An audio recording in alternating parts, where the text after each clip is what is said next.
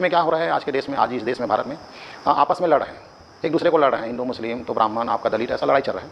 तो मेरा उद्देश्य है कि हमको ना आपस में लड़ना नहीं है, हम सबको ना गरीबी के लिए लड़ना है, हम सबको भ्रष्टाचार के खिलाफ लड़ना है, हम सबको भ्रष्ट सिस्टम के खिलाफ लड़ना है, ना कि जातिवाद पे लड़ना है। तो इसके लिए ये वीडियो बहुत आवश्यक हो गया और आज के तारीख में सभी समाज को ये चीज़ पता चलना चाहिए कि सबको संविधान के तहत कुछ ना कुछ मिला है। बस किसी को प्रत्यक्ष मिला है, किसी को अप्रत्यक्ष है, किसी को घोषित हुआ है और किसी का अघोषित है। उसी अप्रत्यक्ष और अघोषित में एक आरक्षण आपके बीच में है जिसको बोलते हैं ब्राह्मणों की आरक्षण।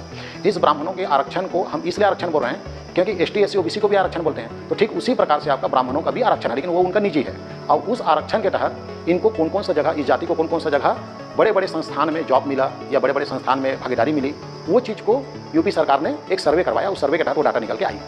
तो इस चीज़ को जानना इसलिए ज़रूरी है कि अधिकांश ब्राह्मण वर्ग के लोग क्या बोलते हैं कि एसटी, एससी लोग को मुफ्त में मिला है, एसटी, एससी को आरक्षण आपको फ्री में दे दिया गया, और भी बहुत सारे अनगिनत अपशब्द का प्रयोग करते हैं। तो एक्चुअली में क्या होता है, जिन्होंने संविधान बनाया उनको ये सब पता है, लेकिन अभी के जो बच्चे हैं उनको नहीं पता। तो कुछ ब्राह्मण वर्ग या स्वर्ण जाति के लोग एसटी, एससी पर टिप्पणी करते हैं और इसमें लड़ जाते हैं आपस में। तो मैंने अभी भी बोला कि हमको लड़ना नहीं है, हमको सिस्टम के खिलाफ जो हो रही है, गलत तरीके से प्रशासन जो चलता है, भ्रष्ट तंत्र है, उसके लिए हम सब मिलकर लड़ेंगे। ना कि मैं इस वीडियो को इसलिए नहीं बना रहा हूँ, इस वीडियो को आप दुनिया भर आपस में लड़ाई शुरू कर दीजिए। इसका मतलब है आप जानिए कि यहाँ सब लोग जिंदा है ना, तो कहीं ना कहीं उसको डायरेक्ट या इनडायरेक्ट क्या है, आरक्षण प्राप्त है। तो पहले ब्राह्मणों के आरक्षण को, एसटी, एससी, ओबीसी आरक्षण को तो सब लोग जानते हो, ब्राह्मण के आरक्षण को भी आपको मोटा मोटा मैं बता देता हूँ जो रिकॉर्ड में दर्ज है।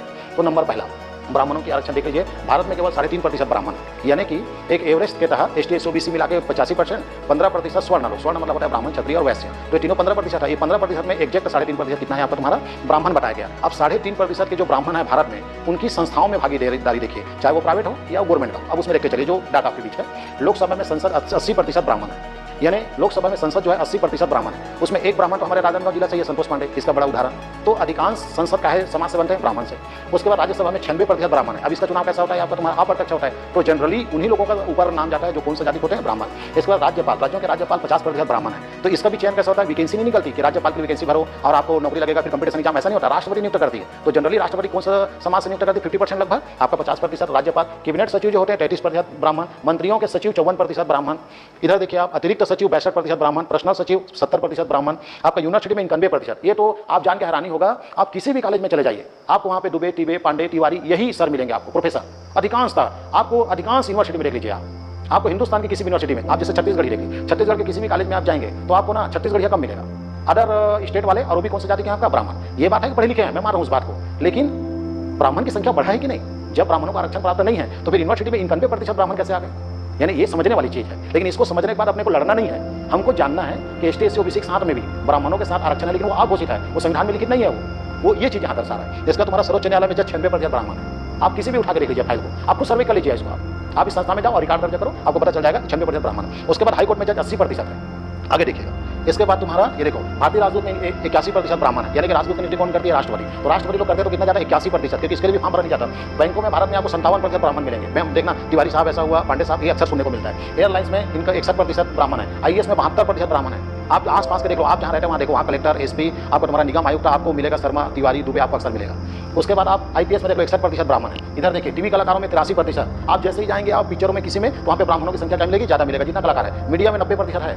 जितना भी भारत में मीडिया है, चाहे वो बड़े राष्ट्रीय स्तर के कोई भी चैनल देख लो आप, वहाँ पे आपको सरनेम क्या मिलेगा, ज्यादा ब्राह्मण वाला, पांडे वाला मिलेगा आपको। तो ब्राह्मण लोग भी में क्या है आपका मीडिया में पूरा काबिज बैठे हुए। इसका सरकारी नौकरी में 72% एक एवरेज है। उसके बाद क्रिकेट में 75%। क्रिकेट का और ज्यादा डाटा निकाल, मनीष पांडे, रोहित शर्मा, मोहित शर्मा, द्विवेदी, आप निकालते चलिए रिकॉर्ड। अब देख लीजिए क्रिकेट में, आईपीएल में देख रहे हो, आपको अधिकांश हर चौथा प्लेयर क्या मिलेगा, ब्राह्मण मिलेगा। उसके बाद मंदिरों में 100% आरक्षण, मंदिरों में 100% आरक्षण है। देख लीजिए आप, एक भी भारत के मंदिर में कोई भी दूसरा समाज का व्यक्ति पुजारी नहीं।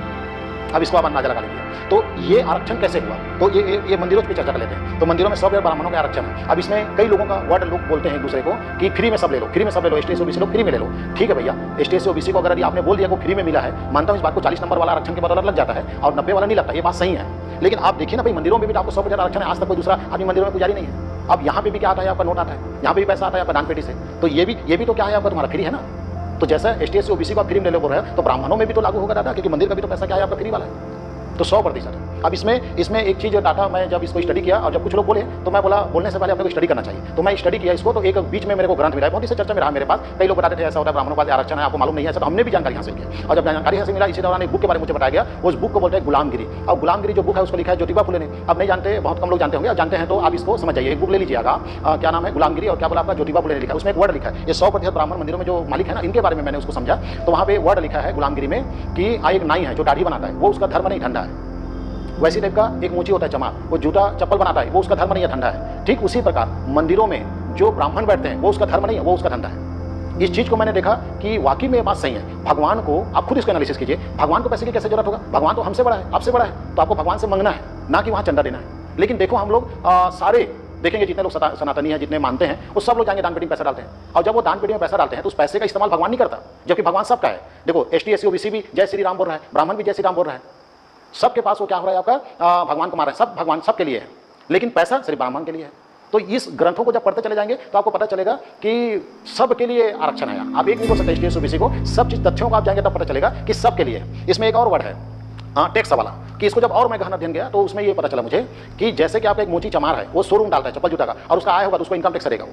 और जैसे एक नाई है, तो नाई अगर यदि बढ़िया शोरूम बना लिया अपना, बढ़िया दाढ़ी मूंछ वाला सैलून स्पेशल है, और आय बढ़ गई तो भारत सरकार को टैक्स देगा। लेकिन अगर यदि मंदिरों में जो पैसा आ रहा है उस पैसे का भारत सरकार को टैक्स नहीं देगा। आप बताइए यहाँ पे, यानी कि जो धंधा कर रहा है वो व्यक्ति भारत सरकार को टैक्स देगा, व्यापार के माध्यम से टैक्स देगा, लेकिन मंदिरों के पैसे में टैक्स नहीं है। बताइए, तो इससे आप क्या समझेंगे, इससे आप क्या मैसेज डालेंगे आप कि ब्राह्मणों के पैसा में क्यों टैक्स नहीं है? टैक्स नहीं है मतलब ऑडिट नहीं हो रहा है, और ऑडिट नहीं हो रहा है मतलब कौन कितना चंदा दे रहा है, मंदिर के पास कितना पैसा है, और उस पैसे का इस्तेमाल कहाँ हुआ, उस पैसे को कहाँ खर्चा किया गया, इसका कोई रिकॉर्ड ही नहीं है। इसका मतलब साफ बात है, काला धन को ट्रांसफर किया जा सकता है। भाई ऑडिट चेक होगा तो पता चलेगा। भाई दान आ रहा है वो इंपॉर्टेंट नहीं है, उस व्यक्ति ने 5000 करोड़ दिया तो वही भी तो जांच का विषय बनता है कि उसके 5000 करोड़ कहाँ से आया, क्या उस 5000 करोड़ का उसने इनकम टैक्स दिया है जो इसमें दान दिया है? ये तो प्रमाणित नहीं हो रहा है। तो सर अगर आप सब तरफ से देखेंगे ना, इस रिकॉर्ड को आप देखेंगे तो कहीं ना कहीं यहाँ पे ये लगता है कि एक तरफा निर्णय है। क्योंकि अगर ये सही निर्णय होता तो मंदिरों के पैसे में भी टैक्स लगता, एक चमार जो जाति जो विशेष जो काम कर रहा है चप्पल जूते का उसको भी टैक्स दे रहा है, और आपको तुम्हारा नाई भी दे रहा है आपका, तो फिर इन पैसों में टैक्स क्यों नहीं?